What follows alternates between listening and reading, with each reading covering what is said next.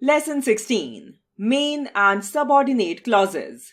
Consider these sentences. 1. Ritu went to the market. 2. Ritu went to the market and bought some clothes. 3. Ritu went to the market where she bought some clothes. In sentence 1, Ritu is the subject and went to the market is the predicate. The sentence has only one finite verb, went. Thus, this is a simple sentence made up of only one independent or main clause. Sentence 2 can be written as two independent sentences. Ritu went to the market. Main clause. Ritu bought some clothes. Main clause. Ritu, subject, bought some clothes, predicate. Here, both clauses stand alone and are main clauses. The sentence has these two main clauses joined by the coordinating conjunction and. Thus, this is a compound sentence. In sentence 3, Ritu went to the market is the main clause, while where she bought some clothes does not stand alone to make complete sense. It needs and depends on the main clause to form a sentence having complete sense.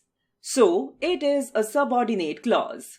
Hence, this is a complex sentence having a main clause and a dependent or subordinate clause joined by the subordinating conjunction where. A clause is a group of words that contains a subject and a predicate. It may form part of a sentence or it may be a complete sentence in itself. For example, she organized the event quite efficiently. She, subject, organized the event quite efficiently, predicate. Main clause. Every sentence contains at least one main clause, also called an independent clause. A main clause may form part of a compound sentence or a complex sentence, but it also makes sense on its own. For example, he was eating a sandwich. Main clause in a simple sentence. He was eating a sandwich when the boss called him. Complex sentence. He was eating a sandwich, main clause, when the boss called him, subordinate clause. Compound sentences. Compound sentences are made up of two or more main clauses linked by a conjunction, such as and, but, or so, as in the following example. I like to eat fruit and have a small orchard of my own.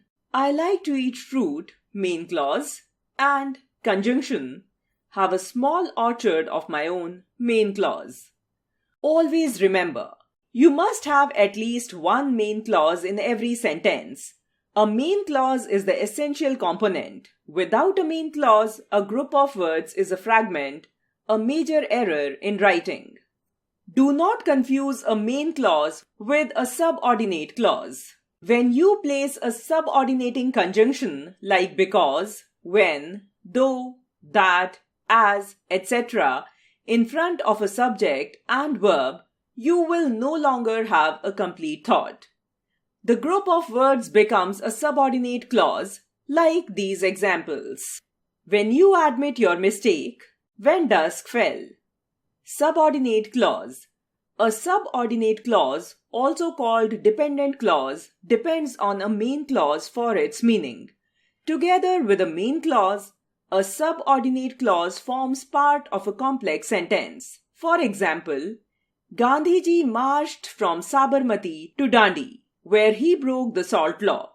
Main clause, subordinate clause. When we educate a woman, we educate an entire family. Subordinate clause, main clause. A subordinate clause begins with a subordinating conjunction or a relative pronoun. It contains both a subject and a predicate. This combination of words does not, though, form a complete sentence. It instead makes a reader want additional information to comprehend the thought. Here is a list of subordinating conjunctions. Subordinating conjunctions. After, if, so that, unless, whereas, although, lest, than, until, wherever, as, whence, that, when, whether, because, once, though, whenever, while, before, since, till, where, why. Here is a list of relative pronouns. Relative pronouns: that, whichever, whoever, whose, whomever, which, who, whom, whosoever. Correctly attach a subordinate clause to a main clause. When you attach a subordinate clause in front of a main clause, use a comma like this. Although I sleep late, I get up by 7 in the morning. Subordinate clause plus, comma, plus main clause. When you attach a subordinate clause at the end of a main clause, you will generally use no punctuation like this. He finally received the letter, which he had been expecting for weeks. Main clause plus no punctuation plus subordinate clause. Punctuate carefully when the subordinate clause begins with a relative pronoun. Subordinate clauses can begin with relative pronouns and thus are called relative clauses. A type of subordinate clause. When a subordinate clause starts with who, whose, or which, for example, punctuation gets a little bit trickier. Sometimes you will need a comma and sometimes you will not, depending on whether the clause is essential or non-essential. When the information in the relative clause clarifies an otherwise general noun, the clause is essential and will follow the same pattern that you saw above. Ruchi intends to learn a foreign language, which will help her get a good job. Main clause plus no punctuation plus essential relative clause. Language is a general noun. Which one are we talking about? The relative clause, which will help her get a good job, clarifies the language that we mean. The clause is, thus, essential and requires no punctuation. When a relative clause follows a specific noun, punctuation changes. The information in the relative clause is no longer as important and the clause becomes non-essential.